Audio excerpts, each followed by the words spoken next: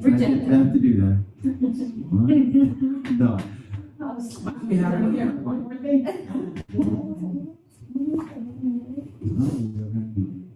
Juan's mom was that.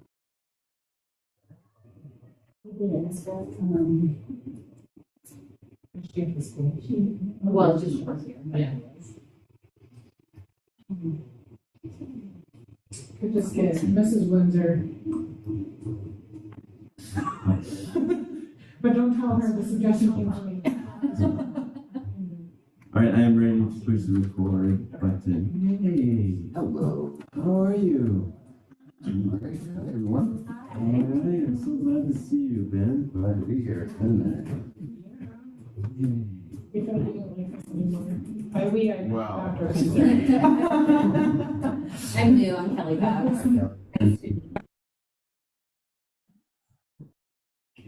Okay, are you ready to call the meeting to order? We're on. Meeting call to order at 5:04 p.m. So we'll start with the discussion discussion and vote to approve the previous minutes. Okay. Roll call. Oh, roll call. Monday. We do need to do roll call. I think it's you. Dr. Windsor, Present. Ms. Garrison, present. Ms. Mendoza, here. Ms. here. Ms. Cox, here. Ms. Martinez, Dr. Jean. Here. Oh, Ms. Baker. Ms. Baker. I can call the one.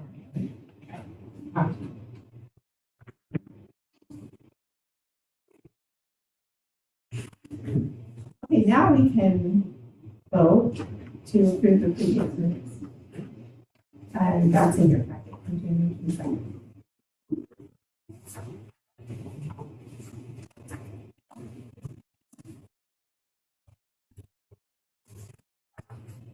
All motion.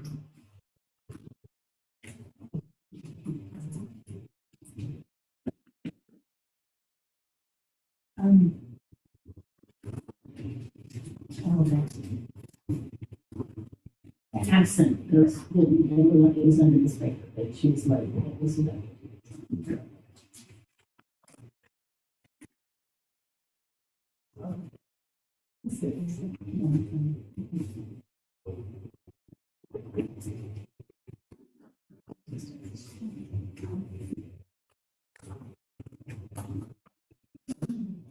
And this is, but we had the nomination to go in. Yeah. And it was, the second was by Ms. Cox, but then it's showing that Ms. Cox was voted in after. So she would be on the second. That's no catching things that are spot on and on. I love it. Okay, so Ms. Cox needs to be. We voted for Ms. Cox first, so they should. Hello, Ms. Baker. Thank you for being here. Then there should be- Sorry, I'm not in the room. So are we. Hey, Zuri. Let me share my screen. We're looking at the previous minutes.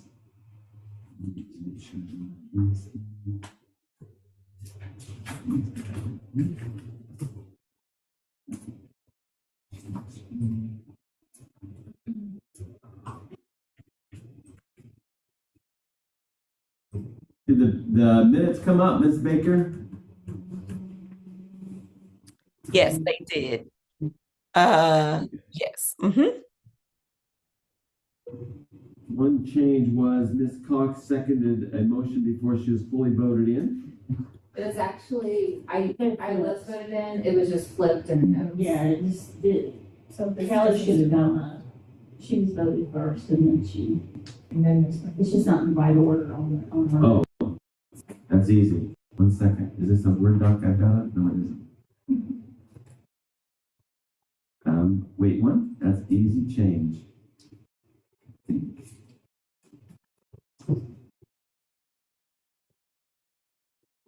Well, welcome back. This is exciting. No, right?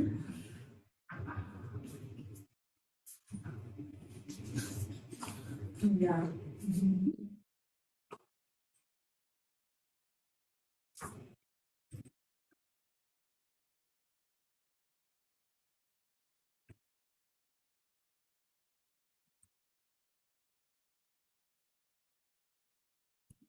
Yeah.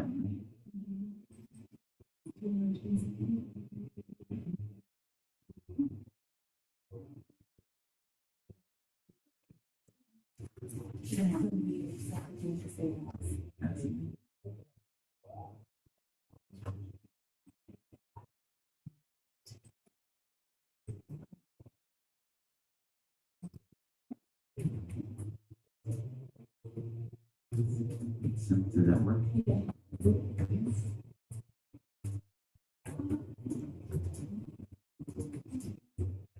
I'm gonna reshare, Zuri. Word document. It was in your attachments.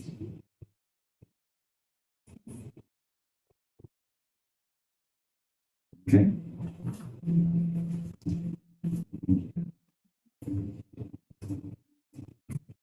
Make a motion to accept the minutes of January 22nd, 2024 as amended.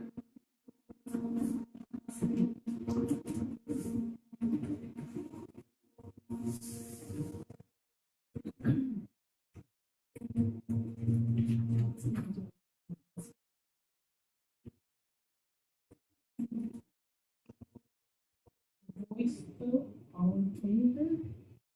Can you hear okay, Ms. Baker? Not as great as maybe I could, but We will speak up. okay. All in favor? Yes. Yes. Yes. Yes. Yes. Okay. I abstained because I wasn't here.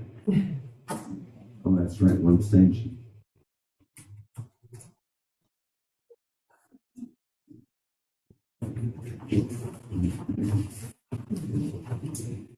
Is this something to push up on the board? Oh, is that what you sent me for the, did you email it to me? Okay.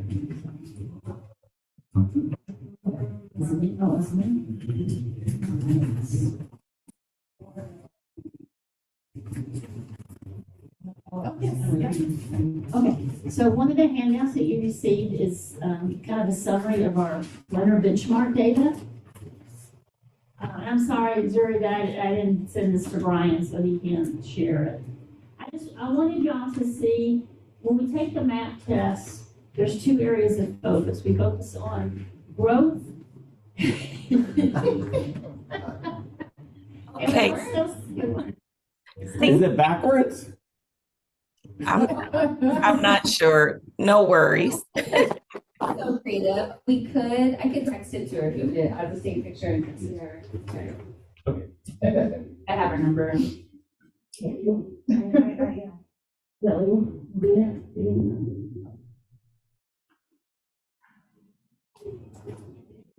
what would be wrong with it? And open meeting laws? No, we can't do that. We'll talk it through, Zuri. Sorry about that. All right. You're loud. All right, I'll talk as loud as I can. Okay, so I had this broken down by grade level. We start off with math. It's, I want you to see, the first column is the overall average for achievement and for growth. So our kinders are doing very well. Yes, they are. Applaud kinder, because we don't always see this with kinder. So the overall achievement level in math for kinder was like the 53rd percentile. Then when you look at their growth, they grew even more. So the overall average, their percentile for growth was the 56th percentile. So we focus very heavily on growth, but with understanding that the more you grow, you're going to start achieving. But now we're starting to see our achievement levels go up as well. We're starting to fill in some of those gaps that we've had since COVID, especially.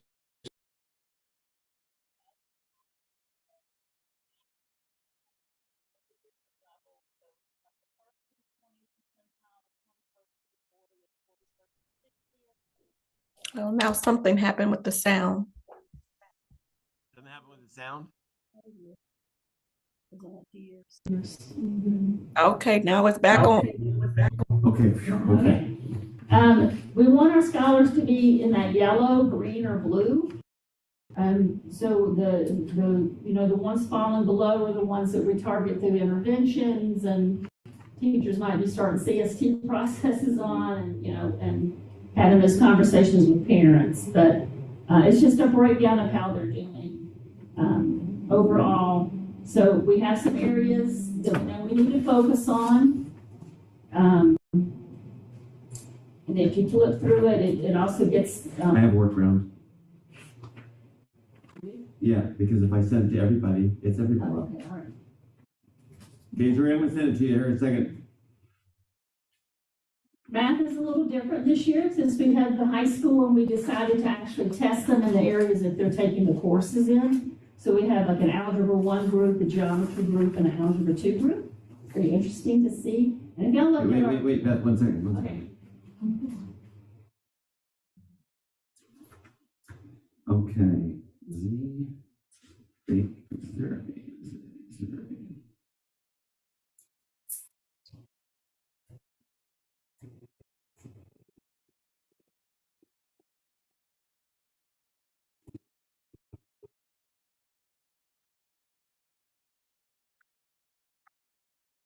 Should be a pretty big file, Zuri. You come through?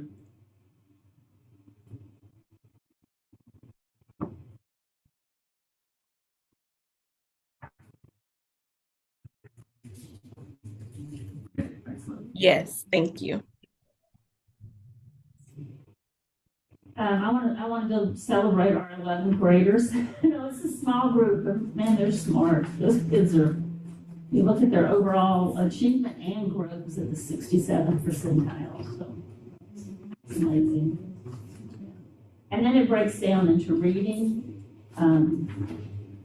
Definitely see more growth in reading because we did a push on reading, and usually whatever you focus on, then that's where you see the growth. So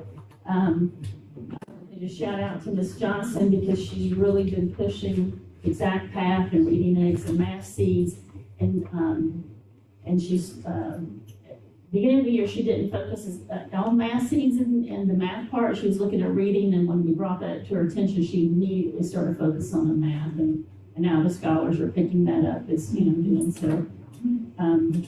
I think we're on the right track, and even if you look at reading and you look at our high school in general, really doing well.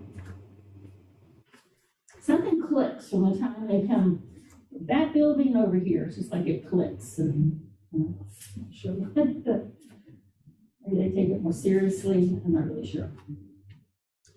I just wanted y'all to see a summary. And we do look at the data. We definitely look at the growth. We really are starting to look at the achievement more. We've got to get our scholars up to the levels where they need to be. Goal for next year.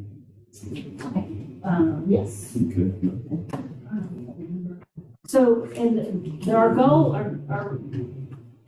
for the last 2 years is, and this year included, has been for our 100% of our scholars to be at or above the 60th growth percentile on the math test by our spring benchmark test, because we have been focusing on the growth.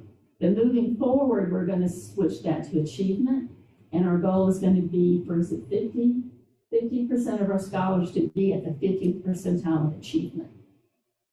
And we're not selling ourselves short, but you have to keep in mind that we have. That's in math, right? This is both. The one was 55. Yours over here is 55. Oh, that's right. The score's so high to begin with, their baseline. But you have to keep in mind that we have a very large population of special education students. We have a very large population of EL students. I'm not saying they don't have the ability to achieve, but you got to give them time to reach that. So that's what we're putting our focus, moving more toward the achievement, and still focusing on the growth, because you have to celebrate our scholars when they grow. And you can look in the green and blue column and see the amount of growth we have. Winter tends to be, for some reason, and I don't really know why, our scores go down from fall to winter, but then they go back up in spring.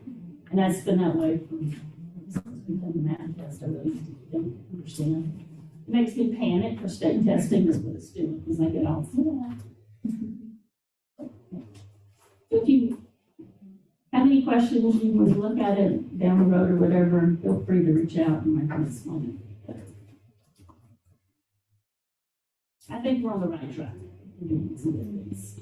Oh, can I point out one other thing? Yes. If you can look at the reading part, and if you look at our fourth grade in reading, and you look at their growth, was at the Wow. 58th percentile. And Ms. That's Garrison, you want to share I'm with us? getting ready to talk about that. Well, there we go. I was planning that, didn't It's a perfect lead-in to some of the things that we've been doing here on campus. And actually, all of what we are doing and what we do anyway is based on data. So with when we received our state data, our AESA data from last year, we analyzed that data and determined that we really needed to do something about reading specifically, especially within that fourth grade cohort, but across the board in general. So we implemented a learning structure called Daily 5, and it's really just a framework for classroom instruction. And it's a framework of choice where scholars are given 5 choices a day on how they're going to engage in reading and writing and vocabulary listening. And the teacher, during those time periods, the teacher gets to pull small groups of students, one-on-ones and small groups, to focus more specifically on the skills that the scholars need. And while the teacher's doing that, the kids are really just building their stamina for reading and writing. Because part of the issue is stamina and being able to sustain for a long period of time reading and writing. So the kids love it because they get to choose their activities. They get to read their choice selected books. So we teach them how to find a good fit book, how to engage for that period of time until their teacher calls them for a small group instruction. And the teachers love it because it frees them up to be able to work more specifically on skills that students are really needing. And so ever since implementing Daily 5, not only are we seeing reading stamina going up, but classroom engagement going up. And of course, we're seeing growth in that. We started with 4th grade. So they were kind of our pilot grade level, and we saw the growth skyrocket, and they were like all up on the stage for growth they? They were so certificates. Yeah.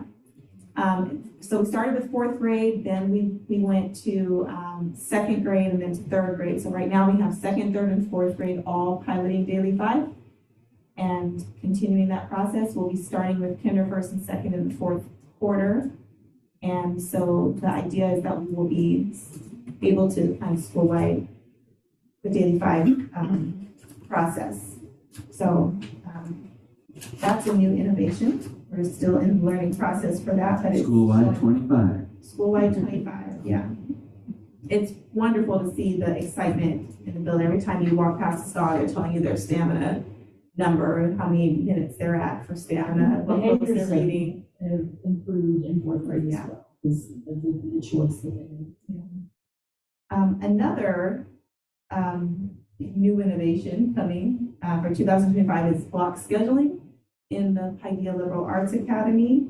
And we're going to block out the day so that scholars will be able to spend an extended period of time in their classes so that they can get the full Paideia experience of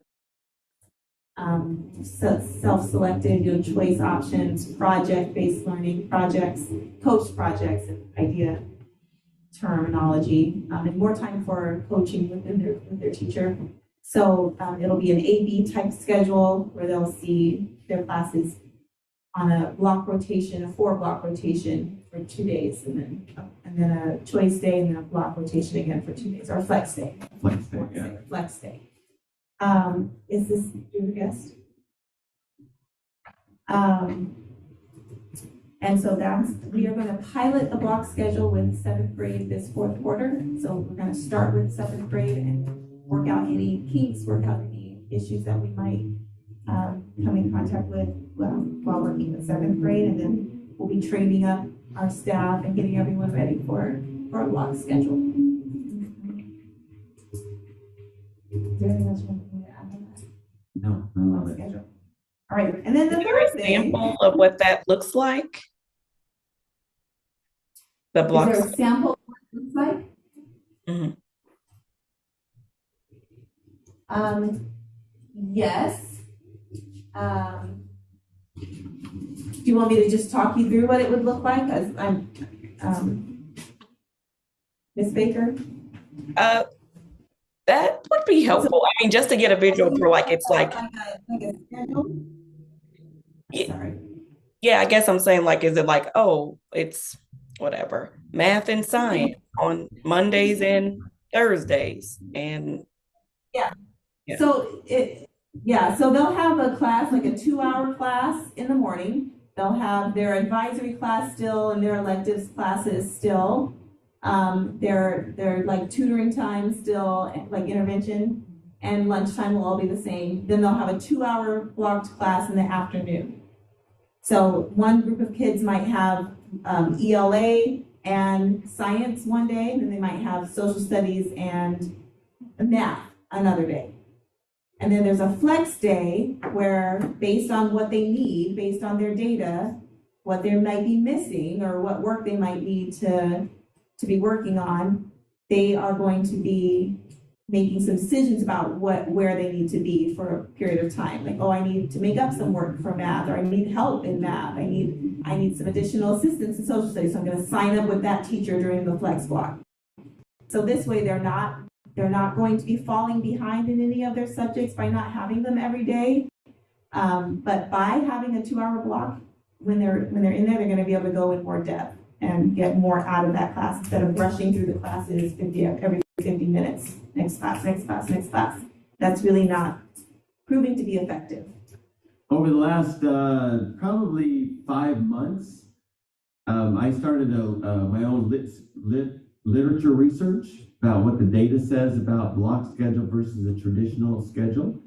And so the literature all the data indicate that one of the problems in a middle school and high school is passing period.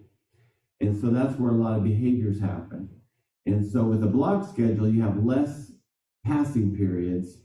And another problem is that they only have that 55 minutes. So it really, if it's a 60-minute period, it's really 55 minutes. And so one of the problems is they just don't go deep. So the solution with the research I found was that schools that went to the block schedule, their math scores and their reading scores went up. But then another thing I read was that the data indicated that there was no significant difference on a few of these researches I found. And sometimes like I dug a little deeper and deeper and deeper, and they said that the researchers said, the reason there wasn't a significant difference between those who were in the regular schedule and those who were in the block is because those in the block schedule didn't know how to teach in the block. And they tried to do 2 hours of lecture. They tried to do 2 hours of what they were normally doing in the 60 minutes. So every one of and I've got all that I'm happy to share with you guys in a folder of the lit search I did. Every one of them indicated that for the block schedule to be effective, it must be prepared well. And it must be professional development. They must know what they're doing. And then that's why Victoria's piloting with the 7th grade. Got it. And I think my mind was also just going to how the teachers would manage a flex day, like how far in advance the scholars have to sign up to go to so-and-so's class and on the flex day, and then managing all of these things and their ability to think about that. That was a big question I had too. And so we found a wonderful a software that the students the teachers can actually make appointments, office hours, and in the office hours, the teacher can say, I'm going to review this Algebra 1. And then the students can say, okay, I need to be in this teacher's class, and they can actually sign up for it through their phone or through their Chromebook. We can also do Flex Day. This next little thing we're going to tell you about, they were talking about this Flex Day where students could even sign up on Flex Day for different speaker series or different clubs, or they could sign up for a specific field trip. Where in the world are we on Wednesday? You know, so this new software we're going to introduce next year will put a lot of, in fact, one of the words I loved that was during that one was voice and choice. Yeah. We're talking about in the 7th through 12th, the students really want voice and choice. And so with the block schedule, the flex schedule, they'll have that. But, and that's why we're piloting. Yeah. Because we're not gonna just say, oh, everybody's block schedule now, have fun. You know, we're going to pilot it and make sure that everyone's prepared and trained up on how to implement a block schedule and a flex schedule. And flex inside there. Yeah. The flex schedule, we're probably going to do just the senior academy where they can choose.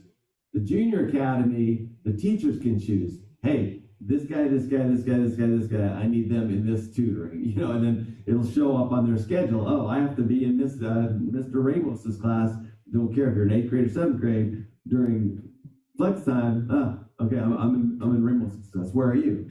Oh, you're in Gray's class, and they can schedule it for them until they're used to managing their own time and getting that done. I'm really excited about that one. Yeah, I don't know that they're organized enough in the, call it the junior academy, right? To be able to be like, oh, this is what I need to do. I'm just not sure. Not that they can't get there, but I don't know that that's the average scholar would be able to manage that themselves. Totally agree. What you need an operator friend Still they need to learn how to do. In fact, we did seminar day this year, and we just had pieces of paper up on the walls as our flex schedule. It was a little troubling because it's like, oh, where's my friend going? And I saw people like erasing this and just going over back Erasing where other their friends kids' were. names. Yeah, exactly. and then they would they'd write more names on the paper. So now we have 60 kids in one class, but in our flex schedule, it's an appointment. There's only 20 spots available, and that's all you can be inside that thing. And you're expected to show up on time with the materials you're supposed to have, and it'll be a great tool. Ready for the next one? Yeah. All right, this one is, we are at the initial stages. Hold on. Hold on, I'm holding. Oh, okay. Are you going into Avid? Yeah. Okay, gotcha. Who in here knows what Avid is? Thinking of something similar. That's done it. When my cousins go to Texas. Avid, I thought, because my kids did it at Westwood High School, one of my daughters, and I thought it was just for kids who were wanting to figure out a technical career or that kind of thing. And one of my other daughters did the IB program. And Victoria, Beth, and I did some research and some presentations, and Avid is huge. My meeting today, Victoria, Avid will completely rethink our advisory and crew. They have a curriculum for it. So Avid is a college and career readiness path from 6th grade actually all the way up through, and it leads them along on the pathway to figure out what's your career. This is so robust. There's already pre-planned field trips. There's already pre-planned paths. There's the curriculum. And there's also, as she was talking about it, the method, the curriculum isn't what we teach, it's how we teach. And it'll blend right into what we need to do for the block schedule. So I provided this little handout. I do have a white paper that I attached to the meeting notice. Avid was created, she said, by a teacher, a high school teacher with 30 kids who were not on the path to go to college. And she decided to take these 30 kids of color, I think, in maybe Oakland or somewhere in California, and created a path for them and realized, oh my gosh, these guys can do it. We believed in them enough to help them do it. So part of next year, we're going to also launch Avid for Paideia as our core framework to get kids from sixth grade to that college and career readiness path. It'll make a big difference what we do. I don't know a lot yet. I just wanted to introduce it to you. We're going to launch it with our, by the way, here, you might not know this yet. April 3rd, we're going to do a Avid 101 for all the PLA teachers. And then shortly after that, we're going to have a parent and board, all the stakeholders come, and our coach will introduce Avid to all of our community as well, PLA.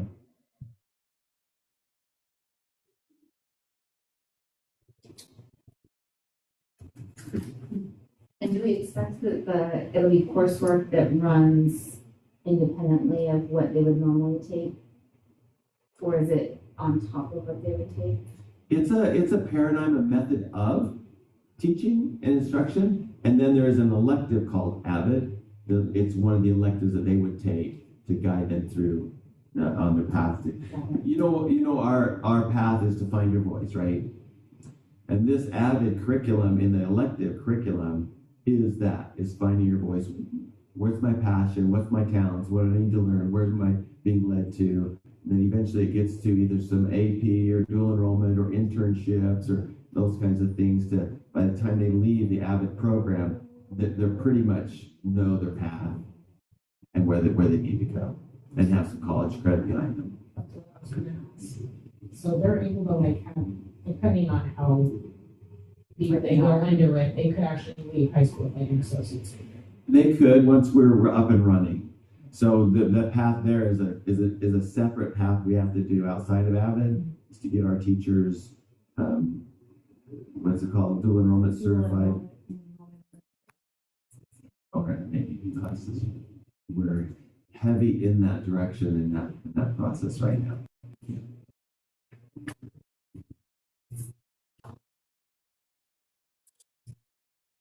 Yeah.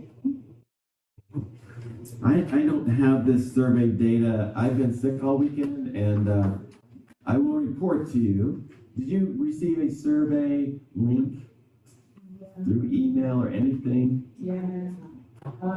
We weren't able to like do an NA kind of thing or unsure because there were some, I think Eric. Oh, he did. Yeah, yeah. So it was like there were some things you kind of, I mean, you hope that's what it is and you think maybe that's what it is, but there were a couple of things even as involved as we are. We're like, I don't know if like, I can't speak for an entire school. So, you know, I don't know this side as well as I know that side. I think I would counsel you just to, from your experience, Okay. just purely from your experience. Okay. Because we want our N to be so large that we just get a bunch of, you know what I mean? Like we want so many that makes our results more reliable. You know? So the more we have, I think we have 50. Yeah. Our goal is 200. Yeah, my goal is 200 and I got 50 so far. The So children saying she didn't know this building, but aren't they separated by they are. There's emphasis? Yeah. They did, I don't think it was specify. Oh, I think there's a place to. yeah. When you drop down, you say I'm a elementary or I'm a. I don't know. Did it on my phone. I put- Oh, you know what? and then Maybe it there's just- just No. some indicator anyway. Yeah. On the family. The family might just be one. Yeah, it's just. I'm sorry, not In family, general. there's just one. But if it's just like art attractions, then Yeah. Yeah, just because what's really nice about this is in the Cognia accreditation, the questions that are asked of the educators dovetail with the questions asked of the students, which dovetails with what's asked of the family. So now all those align and we can see, well, the educators might be saying, yeah, we do a lot of projects and I give the students a lot of choice, and the students are like, the teacher just talks the whole time, you know? So we really want to see that. It's going to inform us about where our weaknesses are and where our strengths are, what we need to do. are the scholars doing them during class or? Yeah. Yeah, we got We got those. a really good response from the K5, 3 through 5, and the 6th grade, and then went more. So I'm going to launch it one more time for the 7th through 11th grade and say, please, if you want your voice heard, here's a chance, right? How many questions are there? Because I went through 2 pages so far. But it may help like on this additional ask to like quantify the time. You know, like there's 23 questions we would expect to take less than 10 minutes. It just may, because somebody Please spend 15 minutes or 10 minutes. I do like that when I get a survey. This should take you 5 minutes. All right. because like as a parent of PLA, it's in my inbox and I haven't dealt with it. So I'm just giving feedback of Yeah, I what love would that. have prompted me to do this call to action. It probably is somebody that had time to deal with it. When I start the survey, I went to the 2nd page and there was still more questions. I was like, I'm gonna have to do it later. Oh, yeah, okay. Completely forgot because I even forgot I had a survey. Like heads up, there's 30 questions. Yeah, and then my last Please thought do it when the kids are in bed or was, something. is there any incentive that we want to do? Like, I complete it can. by the state Yeah. for a chance to win, whatever. Oftentimes that invalidates your data because now it's just those who would be incentivized by it. Yeah, and it's anonymous, so I can't tell. Like, okay, Tejan did one. You get a $50. I wanted to, okay, this is the last one, I'll stop. Not only quantifying the time, but also just being honest about the fact that, hey, we've only received X amount and we're really hoping for Y amount to get it clear. Oh, yeah. Please help us. I sent it out in Dojo this morning, I think, again. And I need to blast it out through the email and text again. So I could just Putting say, that why hey, in I need- there, like, I why need does this help. matter? You know, like, I like that. 50, and we need 200. thanks for Okay, very good, yeah. like super crisp so that somebody would. And then I will definitely take mine. Guilty as charged. I'll go ahead and do it. We'll both do it.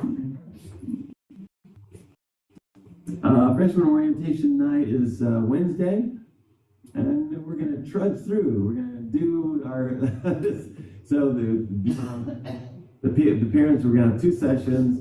Parents are gonna meet with me and Mr. Gilmer for like 30 minutes, so we can stretch the vision of some things that are coming, like block schedule, and there's these weird rumors going around that our credits don't count. Somebody's gonna not have any credits when they go to another school.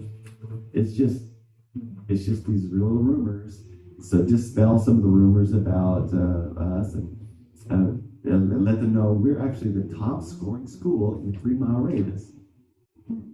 But they mean my credits don't. Huh? Did Francis say that? I heard that because some kids left here and moved to another high school and they had to do credits. And here's why. Kind of in their grades. It was the grades. And also, they don't understand that if you leave partial, like before the semester's over, we can't give you that credit. So some are saying, hey, we didn't get the credits. Like, but you moved in October. You didn't finish the class. They don't understand. And she finished the year. But I Was it an elective class, I wonder? Because some schools do different electives. Well, some schools won't accept like a D or, F. Yeah, and that was another thing. A student came back and they wouldn't accept it. It's like, hey, you got a D. We don't accept a D either. So, and then once we get nationally accredited, then all the universities will accept our diploma. It's just this weird little rumor spread. So I need to dispel that about our future. All right, school-wide calendar. Here is the deal. Can we go back to freshman orientation? Sorry. Yes.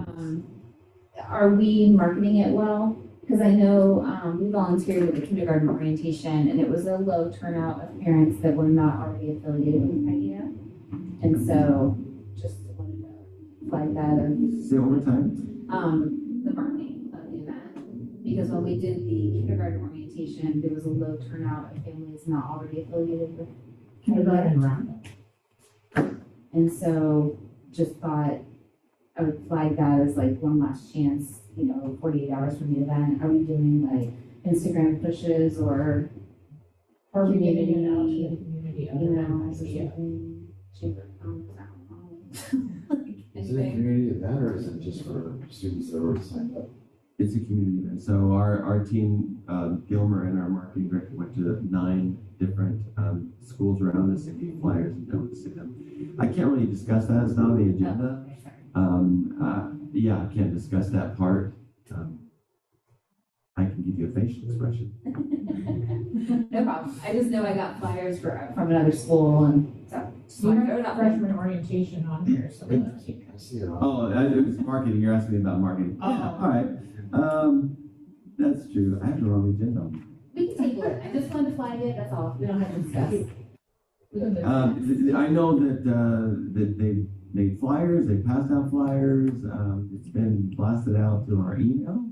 Did you get email on that, anybody? Well, Oh, you're not that, I've seen it on Dojo actually, but You I talking about think, kids who aren't enrolled families. yeah, we want to get to. oh, it's been a lot of, I've seen the TikTok things go out and Facebook and Instagram, because I had to pay for them. Oh, maybe that's where I saw it.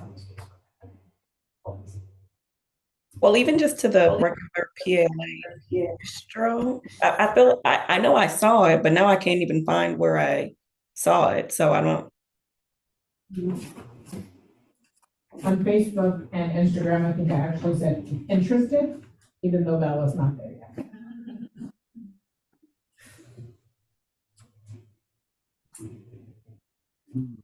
No problem.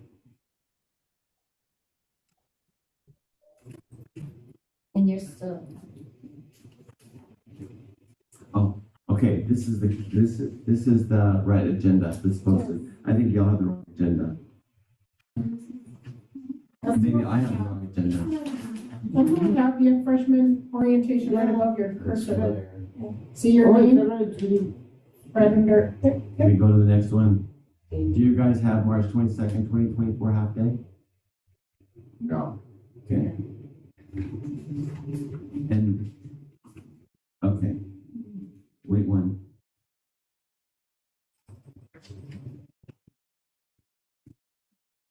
we can follow along with yours. Yeah, so I'm gonna make sure I print it for you. That's the actual agenda. Item number 4. Oh, financial review. Let me do that one too. We do have those, right? Yeah. There we go.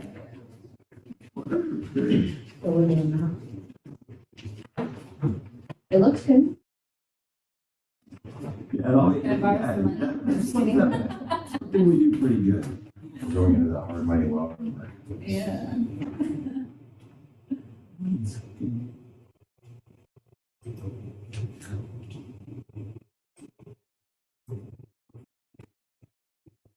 I'm gonna make this bigger. Where is that? Oh, it's over there. All right, mainly, so I just want to go to page number 4, I think it is. Yeah, that's, you put a bunch of, Three. is that 3?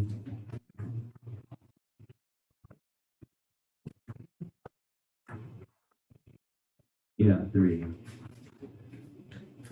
So we understand the main thing. There's 3 key points: debt service coverage ratio, days cash on hand, and net income at the end of the year.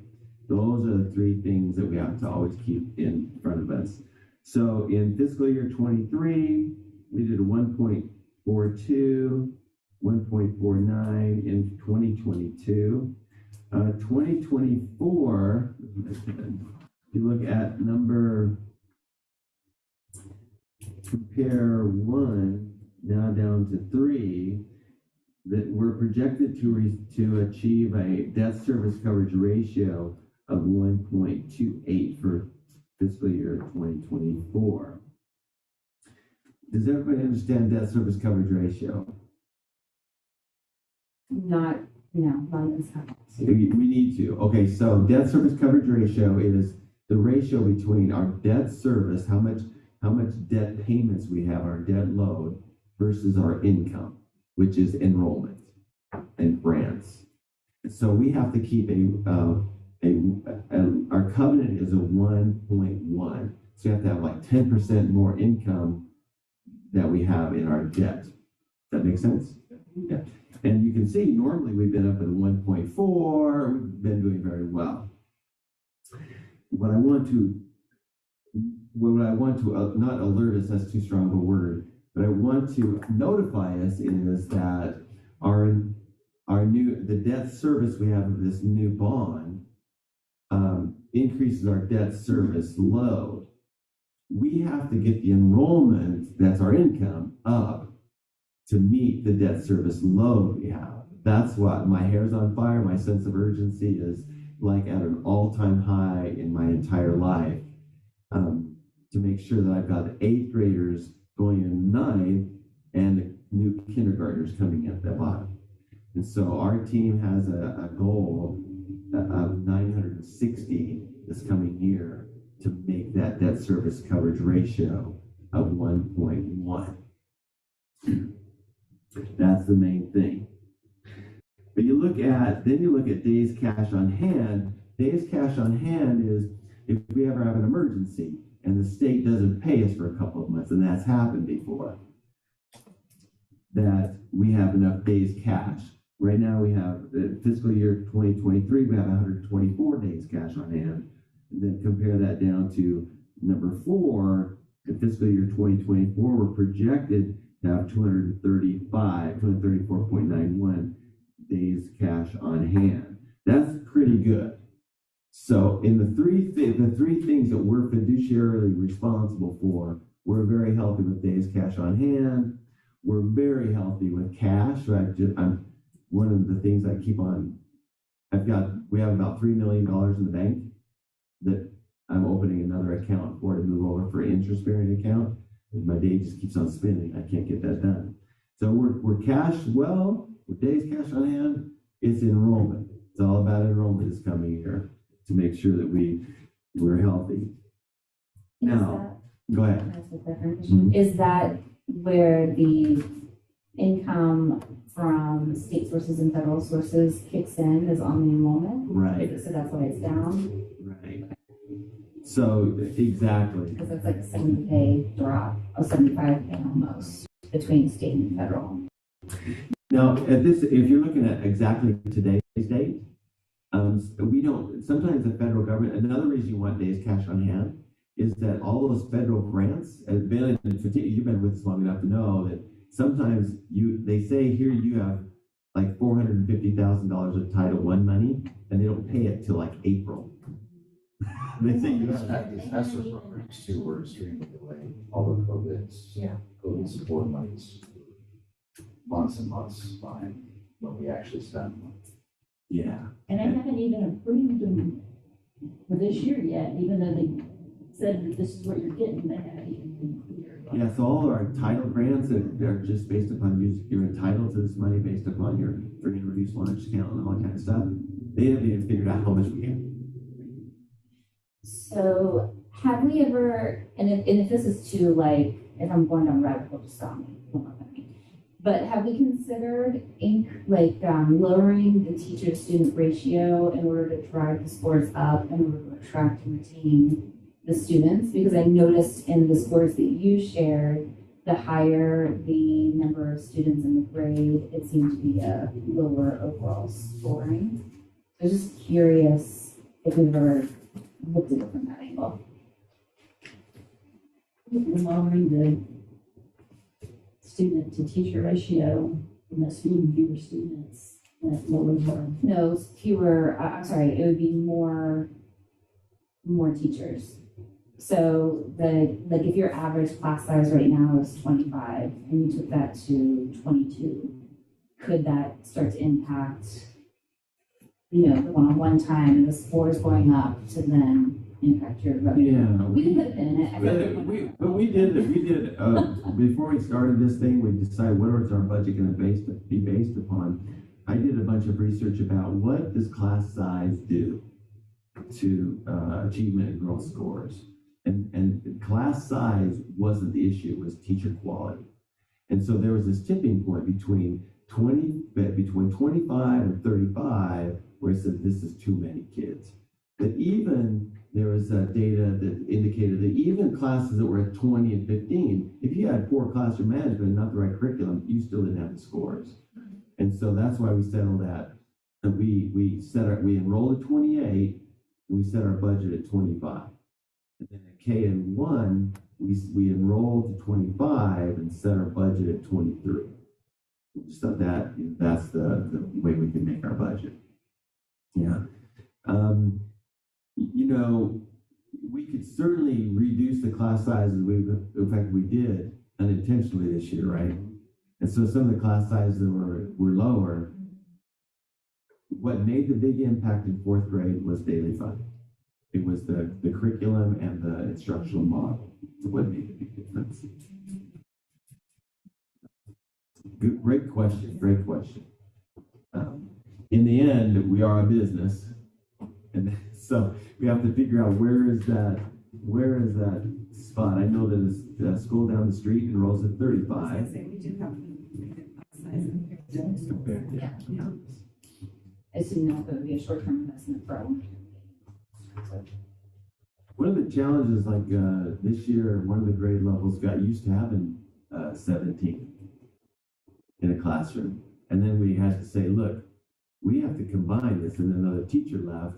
And we said, I'm not hiring another teacher. Y'all have to combine to get it to where it's supposed to be. And then it became where it was supposed to be at 25, 28. And it was a little bit of a shock to them. It's like, no, that's where we're supposed to be. You know, for the budget. We're a business also. Yeah. So you see that on those 2 points, we're healthy. If you look at the very back page, that's where I just wanted to end off. The coverage ratios. The last thing I wanted to say on this, is I don't know what it shows on here, but I want to give you a heads up alert. We're going to be okay. All will be well. But there is a possibility that if we don't get our enrollment where it needs to be, there's a possibility we'll dip below 1.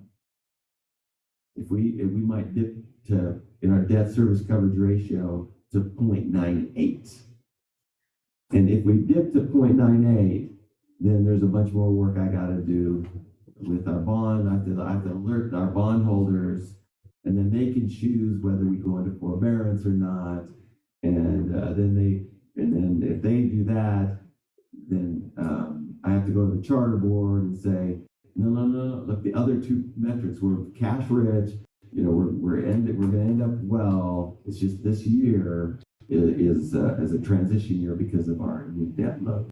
So I just want to let you have a heads up before that might happen. And which ratio? That's the debt service coverage ratio. Okay. If we dip below 1.1, then I've got to alert the charter board, and I've got to alert the bonds. I'm already talking to our bondholders anyway, just to give them a heads up.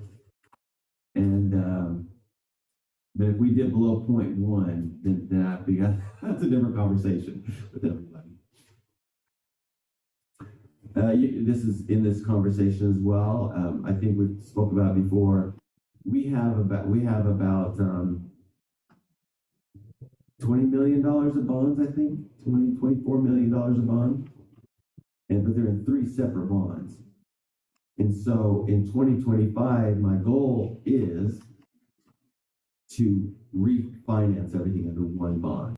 That'll save us a bunch of money because we can now put it out for 35 or 50 years, and we can. I'm watching the rates and to see if I can get a lower bond rate. But this year is a look back. They look back 3 years. So this coming 2025 will be a look back year. It's like, no, come on, enrollment, let's do this thing. All right, that's that. All right, now the next actual thing is, let me share my screen on the actual. That is not the right one, man.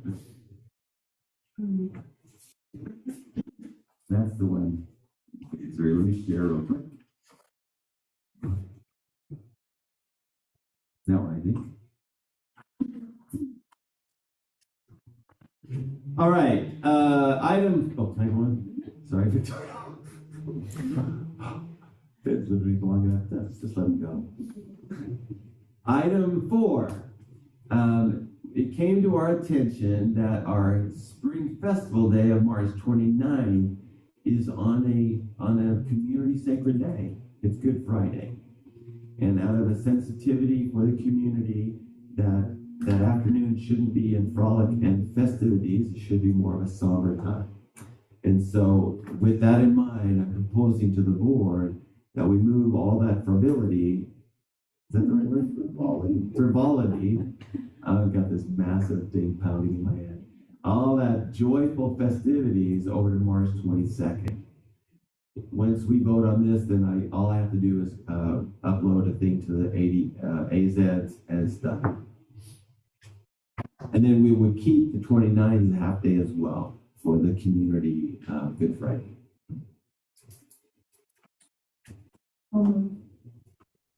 Well, are we still in, we have enough hours in the year still? Good job. That's a great question. The answer is yes. I checked that first. Good. One of the rules is we're required for that's a good question. One of the rules is we're required for 4 hours a day and to serve lunch. So we're good. Okay. Ms. Holbase, did you move? Yes. I'll second. Is this a role? I think it's a Role. Okay. Dr. Winter, Yes. Ms. Garrison? yes. Ms. Mendoza? Yes. Do I have to say myself and Ms. Cox again? Yes. Okay. Ms. Kovage, yes. Ms. Baker? Ms. Yes. Baker, sorry. Dr. Cheatham? Yes. Ms. Cox? Yes. Ms. Martinez? Yes.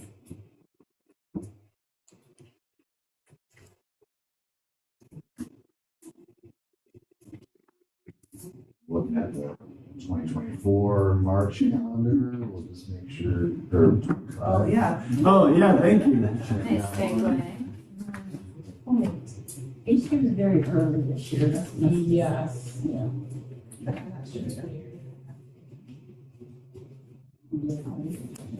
Oh, it's not marked as a holiday. That we're moving on to the calendar. Yes, ma'am. I'm gonna Okay. display it. I don't think you've ever started midweek before, at least not in the years I've been here, I don't think. No, ma'am. First one. Go ahead, take it away, Miss Garrison or Miss Mendoza. See the calendar. I recommended or I suggested that we start midweek because sometimes you just need to get kinks out. And I wanted to retire sooner. But no, seriously, I wanted to get, because you just need, sometimes you just need to get little Jump back in the. and kind of just get them used to being back in school. Then when we come back on that Monday, you start, yeah. Instead of taking a week to get the kinks out, it's 2 days. And it actually helped with getting our quarters ended at breaks and instead of things it was a mess trying to triple down. So And a lot of schools start midweek. A lot of schools do it.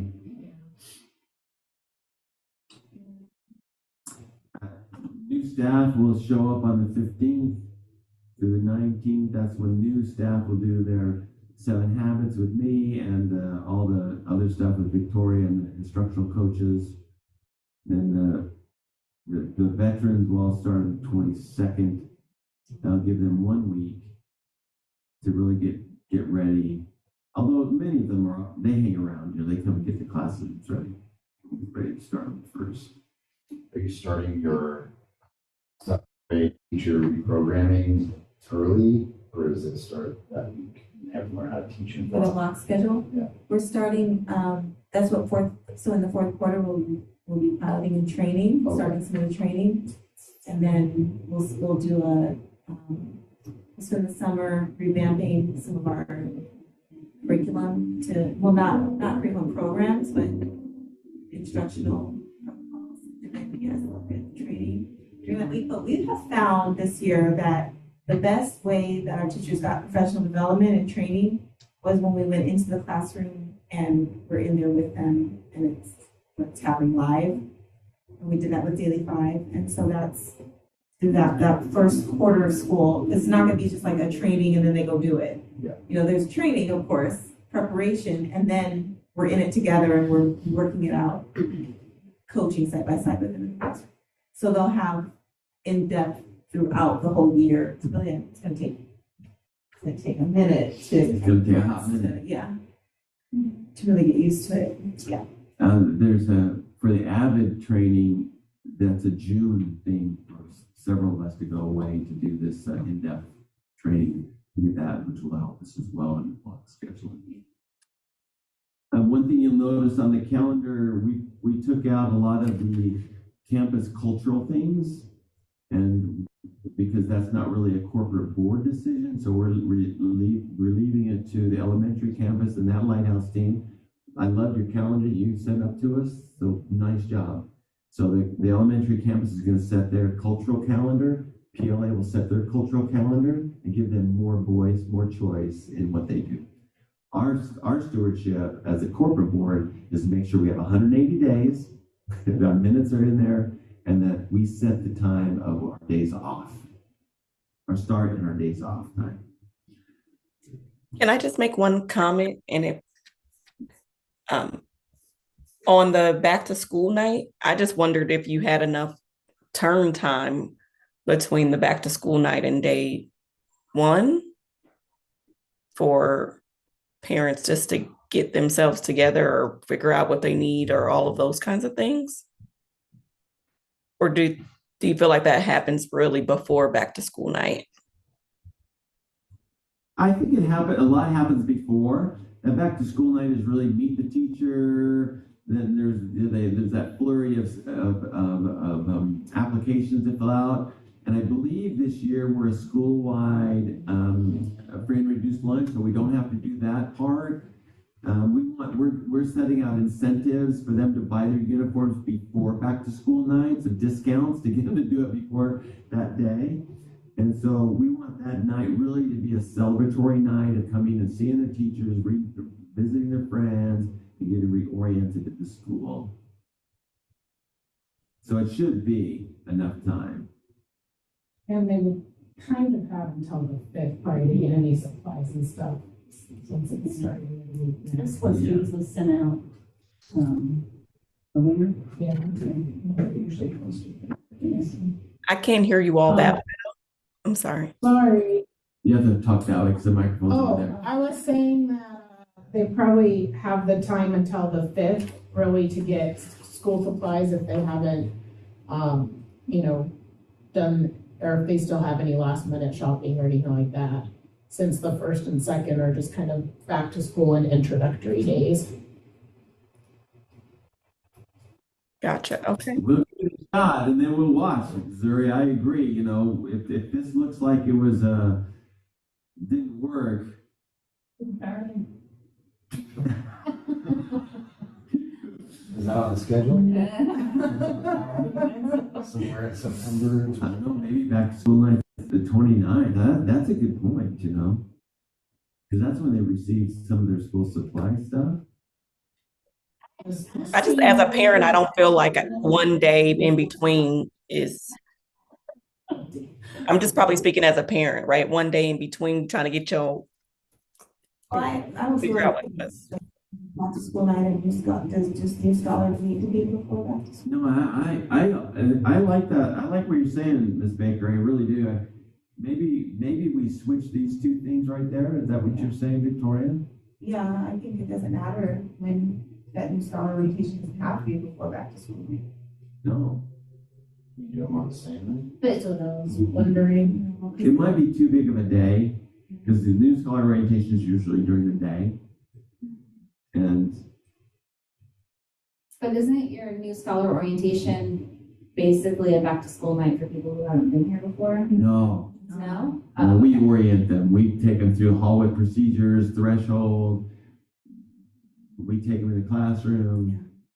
or better flip them, Okay. because then they can Because, yeah, meet the teacher, and the teacher can say, we will make sure that you're here oh, yeah, tomorrow. that's good. That's a great idea. Sometimes they don't know about it. Yeah, that's a great idea. So, Then they're oriented, I like that, because then they do their orientation, they got a little bit of time off, and then they're back to school, the new scholars, yeah. I like that. Good Just call suggestion. Miss Baker.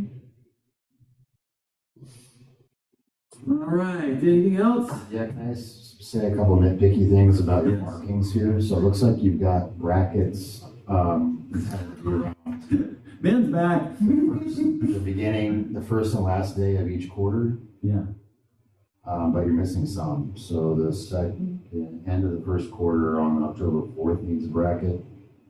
Beginning of Oh, the second thank you. quarter on the 14th. Intercession, I assume, in December is accurate.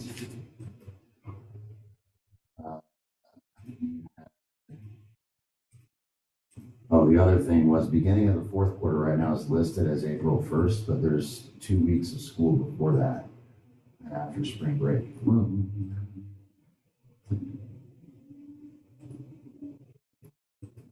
Does anybody needs to know, see that? yeah, it does. So I don't know if you're supposed to be starting Start Q4 on the 17th. 17th of March. Yeah. where am I going? March 17th. Oh, I see. So that's the end of quarter three. Quarter three, and then the 17th is the beginning of quarter four, I like to think. And it doesn't say that over on the side. Okay, I'll, Yeah, don't just add it, you want to move it. It's listed as April 1st right now. okay, very good. Good job. It takes a village to raise Windsor. Easter 2025 is April 20th. So if you wanted to have a half day for Good Friday, you want to add that on the 18th. I don't know if I'm comfortable with saying it's Good Friday, because Just say family. we usually just call it a family holiday. Oh, Which day is it again? 18th of April.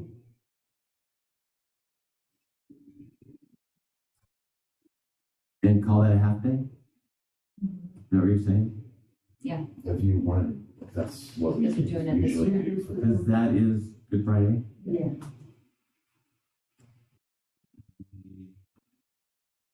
Probably for family day?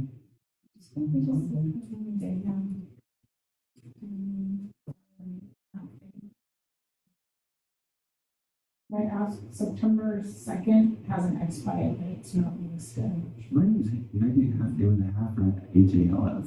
That should be it's not. It's listed as the 4th. It's the 18th. So it's actually. That's a typo, yeah. Oh. Good catch. Is this the one that we keep? I think so, yeah. Oh, okay. So you need it. You need a fourth set of eyes on this thing. Or a doer. Here. Yeah, that's why. So he told me about Yeah, all right. the brackets. Okay, what else? Yeah, 'cause you had 18th, that was, Well, you had the first. You said the beginning before it was the first, but it was the 17th. okay, got that one, right? Okay, what else was there? Is there another one? Half day, April 18th. Got that one, I think. September 2nd. You're changing Labor Day second on that. Yeah. Labor Day type. Oh, wow. Yeah. But in general, is there less half days than there typically are? Maybe I'm not seeing them for like those parent teacher conference days. Maybe y'all are doing something different with that. Oh, Half days aren't in where are they? They don't exist presently. Yeah. All right. 1, 2, 3, 4. So Tell me the dates. Tell me the dates. Come on now. I have. Probably. I have this year, does that help you all? Brian, there's a March 28th needs to have half day marking through it. Oh, this is 24, 25. Wait, let me go get Beth. So, Yeah, no, I thought Okay, no, she was giving us this year. I was just gonna look to see if we're. Should we have this as an action item though, and then have an updated one? We have to get it approved, yeah. That's what I'm saying, it's like you would email out the revised one, because what else maybe be, like faculty may be more effective at catching. Oh, you're that's saying- all I did with my paper I gave you, because I had a whole bunch of corrections on But it. it's the same I know vote that by we have to email. get this voted on. I know that we, I know, yeah. Carly,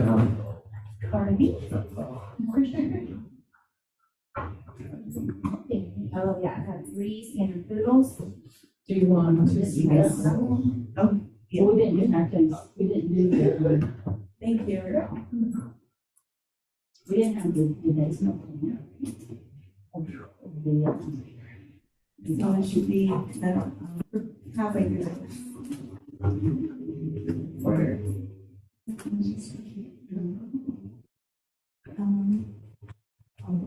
So the week of May the 3rd, the conferences. so the 5th and 6th. Wow. Good job, you guys.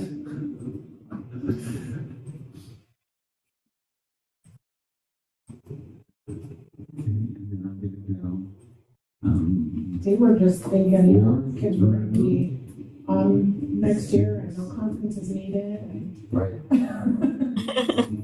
I was like, oh, the kids are gonna go to school like I went to school, like every day. No. Right. can we have a few more here and then June and July?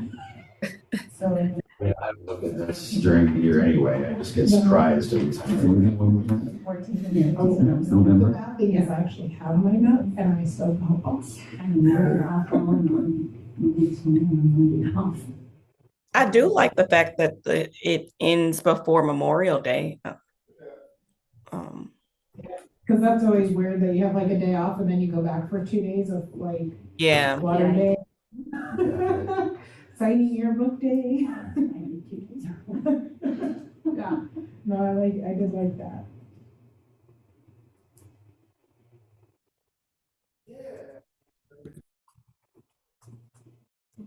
September 6th and 7th. February 6th and 7th.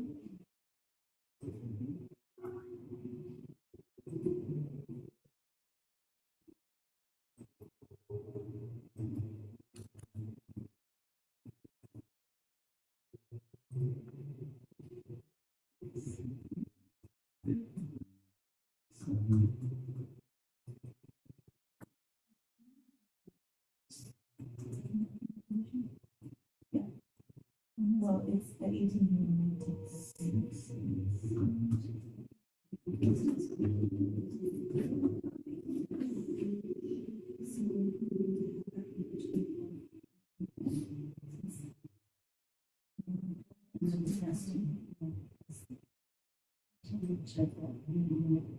Is that would that make sense though? It's in the conferences.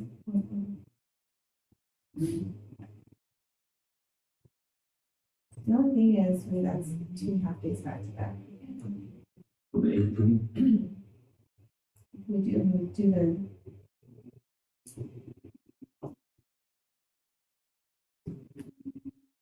Usually do conferences before.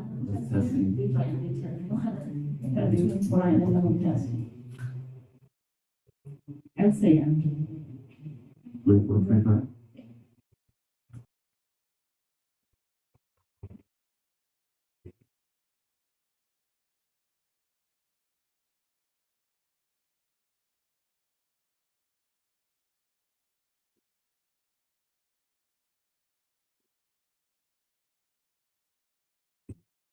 So conferences are always about halfway through the quarter.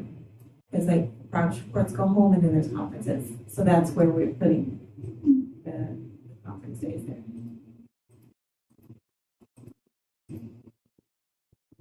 you want to push your report cards back then, or is that? Is that 3 weeks gonna be it?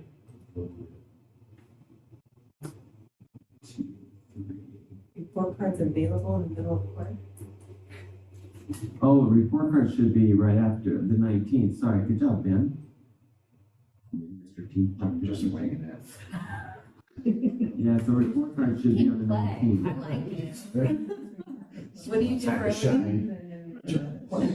That makes that tracks. Yeah. Attention to detail. Then how many years do you have in work? Yeah, that and, yeah, 7 years of approving this. Wow. They're usually a lot more complete when they're presented. I mean. When I look at it, I feel like, I think something is missing. Yeah, right, there's not enough crosses. That's Yeah, but- horrible. I did. Work full day. So if you didn't have it ready, like you wouldn't be able to continue with it, you'd have to come back.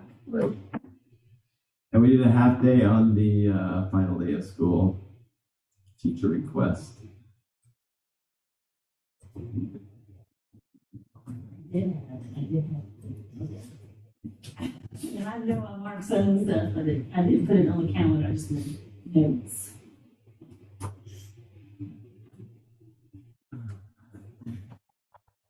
All right, one more look.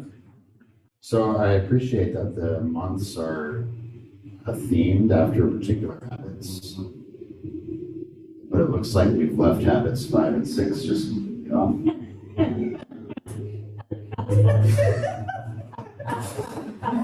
Are they just not important?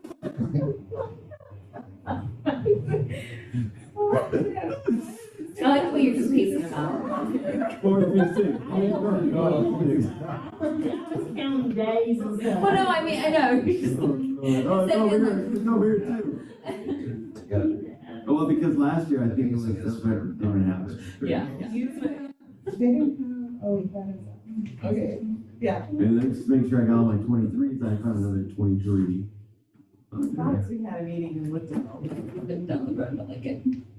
Okay. Then we're still gonna find something. It's like just some big year. Look past this. Brian, but I don't know.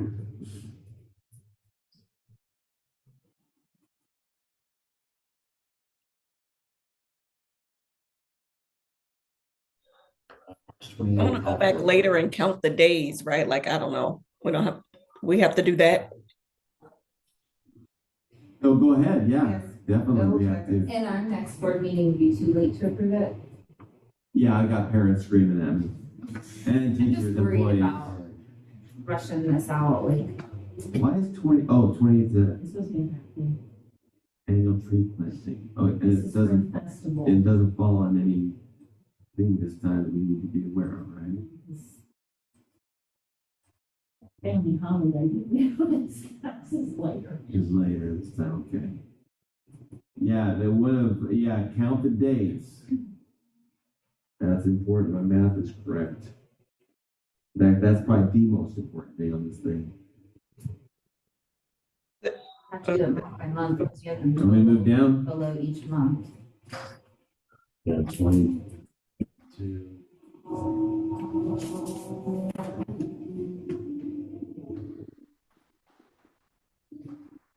Do the half days count as a half or as one? They count as one as long as we're there 4 hours and serve lunch. Oh, okay, okay.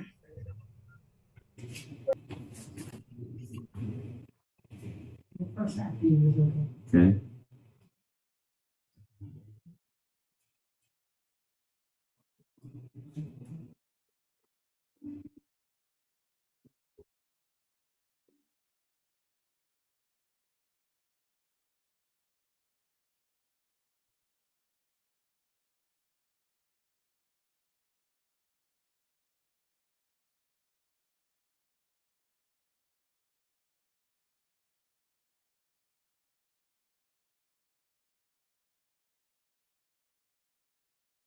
As a side note, have you guys been getting the Monday memos? Yes. Is that Yes. good? Is it, you all right with that? Yeah, that's helpful. Okay. Wait, vote was, is it my eyes or is there only 15 days on? No, March. Oh, no, 16, it's my eyes, you're good. Yeah, I think the math is right. Okay, very good. All right. Entertain a motion to approve FY 2025 calendar, corporate calendar. Um, May has 20. You moved, Kelly? Come on, that's it. Moved by Ms. Cox? Yeah. Do a second? Can I get a second? Second by Ms. Garrison Jones. And is this role or? Yes. Yes. Dr. Windsor? Yes. Ms. Garrison? Yes. Ms. Mendoza? Yes. Ms. Coolidge, yes. Ms. Baker? Yes. Ms. Baker, sorry. Yes. Dr. Keegan? Yes. Ms. Cox? Yes. Ms. Martinez? Yes. Usually people say I talk too loud.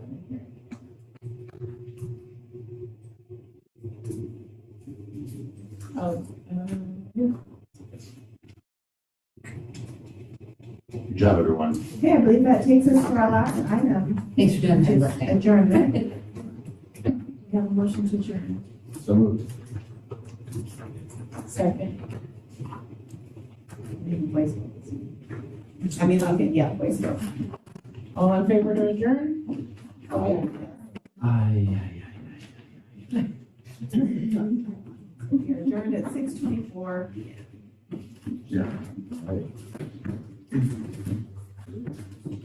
Bye, Zuri, thank you. What's the next meeting Thanks. notice? Bye. Again.